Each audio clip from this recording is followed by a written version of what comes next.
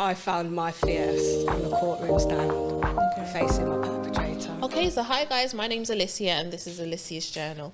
Today we have another special guest as part of the Black History Project. Her name is Christina Luke and I cannot wait for you guys to engage with her and hear more about her story. So hi Christina. Hey. How are you? I'm good. Thank you for being here. Thank you for having me. So, Christina, you are a founding director of a company called Vidian CIC, and you also are a coach and you help introverted, overwhelmed women overcome barriers and certain fears that they might have. So, first, tell me a bit about your new organization, Vidian CIC. So, Vidian CIC is a counselling provision for women and children that have experienced VAT. So they've got a lot of tax in their lives that we need to get rid of. Okay. And that's violence, abuse and trauma. And specifically tailoring to black women, because I don't feel like there's anything like this out there for them and their children.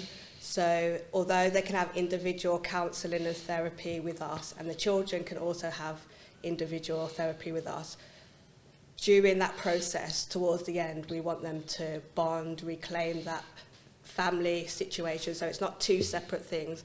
We're building that house. Okay. And no woman's left behind. Brilliant. No girl's left behind. No girl is left behind. I absolutely love that. So, I mean, one of the things that you do is obviously you started off coaching women. I know that you have a coaching business as well called Fierce Femme. So can you tell us a little bit about that? So yeah, initially, because I've done counselling, life coaching, array of therapies, Gestalt, psychotherapy, what I found is that, okay, you have counselling, that's great, you dealt with the past. You have life coaching, that's great, you dealt with the future. So I made it therapeutic life coaching because I feel that you have to deal with the past, think about the present, and where do you want to go in the future. So my Becoming Her program was that all the way through. Love it. Absolutely love that. So part of this project is about reclaiming narratives, right? And so I know that coaching is a huge element in terms of women being able, not just women, people being able to kind of own who they are, like own their stories. So tell me like what reclaiming narratives means to you personally. Especially with Vidian CIC, you know, we're dealing with coercive control, abusive, where you kind of end up losing yourself in those relationships, becoming who that other person wants you to be. So reclaiming your narrative, for me, in this situation, is reclaiming who you are, reconnecting with yourself, and being authentically you, and it's okay. Okay. And if people in your life, they shouldn't be wanting to control you, they should be wanting to go on the journey with you, supporting. Love that. So what were some of the narratives that you had growing up and how did you overcome those? Well, the narrative that I got, so I was born in Birmingham, up until about the age of 8. I've seen a lot of domestic abuse and things going on, but I was a happy child. Right. And then I got sent away after living in a hostel, mother and babies hostel. Black bags was packed one day, and I was like, okay, you're going to go and live with your auntie in Surrey that I don't know. Okay. So I ended up there. I was the only black girl in my school. I think there was 2 other black boys and 1 mixed race girl. So in Surrey, I'd never felt myself, and I had the narrative of you're the black girl. Luckily, I had sport. I was very good at sport, so that kept me, you know, away from a lot of the racism. However, you have that subtle racism. Yeah. So I learnt that from a very, very young age. And then when I used to come back to Birmingham, like all the boys and everyone used to be like, "Ooh, she's nice." And you go back to Surrey, you're like, "Oh, You're the black girl." So those narratives were very conflicting for me. And then, in one hand, you'd be like, "Oh, you're bougie, you're acting white, go back there, oh, you're black, you're a nigger," you know what I mean? It's like, so those narratives, very confusing for me growing up. So you didn't really fit in then, by the sounds of it. So you literally, you feels like your life was uprooted at a very young age. So you was pretty much taken from your mom, or circumstances made you have to go to your aunties, and then that was a completely different community, completely different demographic, and now you're the only black girl pretty much in this demographic, but you're hearing their narratives. But then you go to Birmingham and it's really culturally diverse and people are embracing you probably a little bit more, and obviously there's conflict there. So I mean, how does a young girl deal with something like that? It was difficult. Throw in some abuse on top of that. Okay. So I did actually lose my voice. So I was quite a selective mute a lot of the times, and people would speak. So I'd be in the background. But as a teenager coming to Birmingham, that allowed me to be my authentic self. Right. And I felt like I was Christina again, and away from the abuse. Right. So that's how I kind of coped. And I just used to look forward to, you know, Easter holidays, summer holidays. Luckily, I was very close to my cousin, who's like a sister, and my aunties, until everything blew up again later on down life. Okay. But yeah. So it sounds like you've had quite a few challenges then, right? And so it feels like you've had a lot of, I call them stop moments, right? Moments where you kind of, you're in the flow, and then something hits you, and then you have to process something that hits you, and then you have to reintegrate yourself into this new way of being. So, I mean, it sounds like you really, really navigated quite a few challenges. So I think it's really empowering to see you sitting here despite all that. And not only that, you've reached back to women in the community and said, actually, I've navigated quite a few things, trauma, abuse, and I can guide you, I can support you. You've created a sisterhood with Fierce Femme, because I see it on social media, the impact that you're having, especially with the events that you've actually put on. And so I wanted to ask you, like, how does it feel to be a black woman that has gone through all the conflict and the conflicting emotions, and seeing yourself represented in this way? Because a lot of people don't know the story behind you, right? They don't know the little girl that was uprooted from one place to the other, and her whole world changed, right? So what does it really mean to see yourself in this beautiful light in spaces that typically you wouldn't see people like us in? You know what, I always say, I found my fierce on a courtroom stand, facing my perpetrator. Okay. And that's what I embody now, and that's when I'm looking at that really shows my fierce again, and that's what I try to instill into other women. And being in these spaces and this project, it wasn't a solo project, and I just love the fact that we could all come together and everyone's got their fierce and it's shining through. And that's what I want to bring to the world and the women I support, because I know firsthand, being in that dark place, in your mind, on your own, is not good.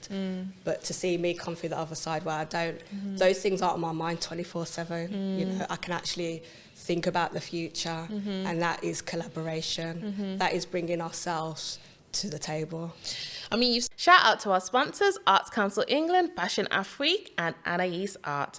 Without you, none of this would be possible. You truly have helped to keep our vision and our mission going. Also, if you're an individual or organization that would like to collaborate with us and you believe in collaboration over competition, then email us at blackhistoryproject2025@gmail.com. I mean, you've said something really powerful, and I think the audience are going to want to know. You said you basically found your voice in a courtroom facing your perpetrator. So can you touch on that a little bit in a way that you feel comfortable, so people can understand the levels, right? The magnitude, the things that you had to really navigate to get to this point. So being in Birmingham before I got, picked up and dropped off, it was Rickman Drive. It was very cultural. I used to run up and down with the neighbours, free basically. And then when I moved into this household, it was lockdown, and then the abuse started. So it was emotional abuse, mental abuse, physical abuse, sexual abuse from the age of 8 to 16 when I was able to run away. But even then, navigating that space, it was like, okay, just get to 16, I can become my own woman. Yeah. And that's what we're doing, is becoming my own woman and who I am today. Wow. I think what's really standing out for me is that despite everything, you still have a light about you. You still want to be able to encourage and support. And there are going to be women that watch you that have been through the things that you have been through. And they're going to sit and think to themselves, I'm never going to be able to get to the point where she has. I'm never going to be able to see the light at the end of the tunnel. They might be in it so deeply that they can't see things clearly. So what advice would you give to those people? Take the first step, reach out.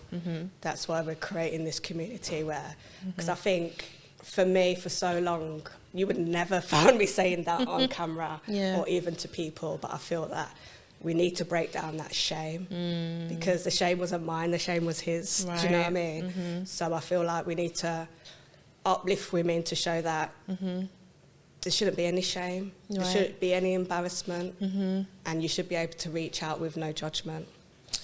Right. But take that first step because there are people that are there for you. Right. In unlikely places. I mean, I can imagine. And I mean, you talk about the 3 B's and you mentioned it. Shame is definitely one of the, and blame, right? So you talk about internal blocks, emotional baggage and blame. These things that women who typically are abused carry, right? How did you transform your life and your mindset? Where did that start for you? And then how did you get to the point of, okay, I've shifted enough to the point where I feel I'm healed enough to be able to help others? I think it was, we have this narrative of being strong, don't we? So every day I could go and put my foot in front of the next foot. I think one of my second jobs was becoming an account manager at Barclays and the branch manager. How I done that, I don't know, because every time after work, I'll be in my room, isolated, don't want to see anyone, in the darkest depression. Get out the next day, the bills have got to be paid, you go in again. And I think I became really creative at masking. Right. But for me, it was like, I can't keep having these dips where I have to give up everything, give up my life and be in my room in a black hole and then try again. I was just sick of the up and down, up and down. I wanted something, you know what?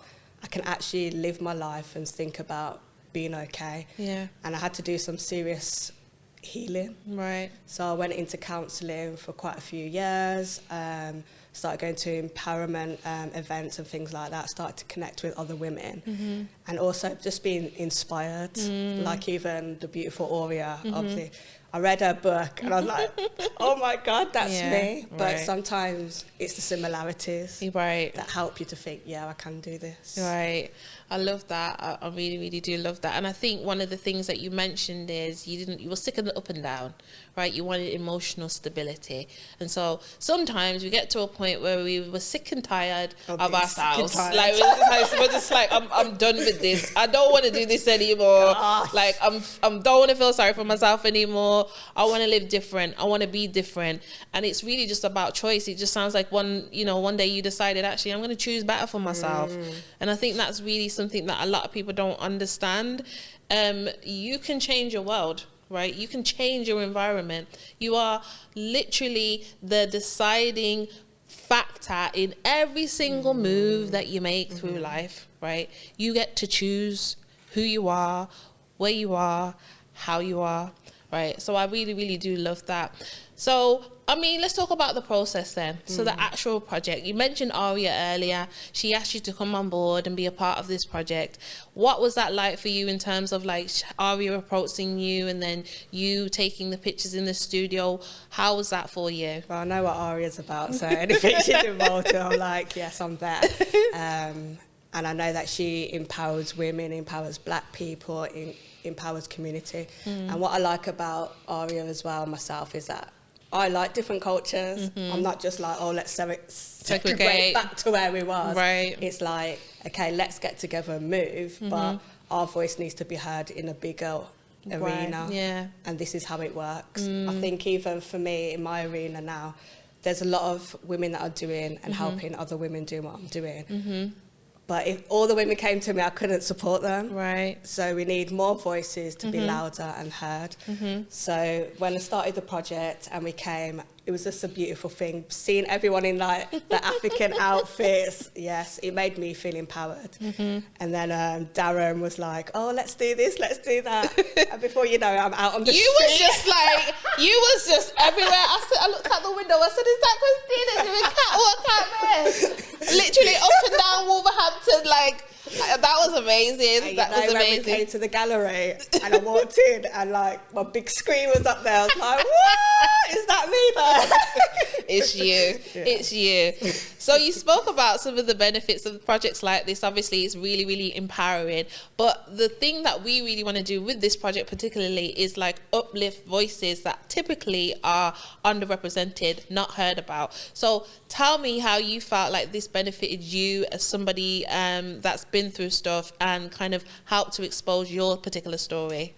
Yeah, just the fact that we was in an art gallery, you know, and our pictures were there, telling our stories, and you know, a picture says 1,000 words, and like looking at me, I'm just thinking like, okay, what's going through her mind? Yeah, there's no like cheesing, making it all right. This is like me, you know. Yeah. And I think that's what it was bringing, that collective voice, that collective power within us, and collaboration. I met so many amazing people doing so many different things. And again, it's about awareness. I hear that. I think one of the things that really stood out to me in your bio was just your resilience, right? And I think there's going to be a lot of young black girls that walk into these spaces and see you in these regal, royal, typically white environments, and they see your picture and they see your struggle, but your picture don't look like your struggle. Do you get what I mean? It's like, so this girl's been through stuff, but she don't look like what she's been through. So, you know, what would you say to young girls that, you know, are up and coming, right? They are still trying to figure out life, still probably in environments, you know, 8 years old like you, where they're having to be displaced in some way. What word of encouragement would you give to them? I was to say, keep your head up, keep moving, and you've got to that point. And that's what I recognise, is that actually I have got to 25 and I'm still standing here.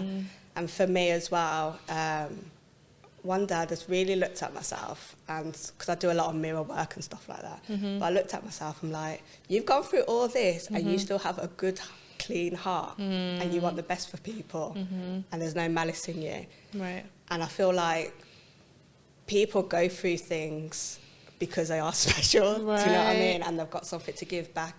And the story that I tell is to inspire. So if you're waking up today and you're feeling like, where am I going from here, and you want some resilience, you got it. You got it. You just got to hone into it. I love that. Here. I absolutely love that. Well, Christina, it's been like amazing speaking to you. I think I could continue to speak to you again and again. Guys, that has been Christina Luke. If you want to connect with her, you can get all of her information down in the description box below. But in the meantime, take care, be blessed. Bye-bye.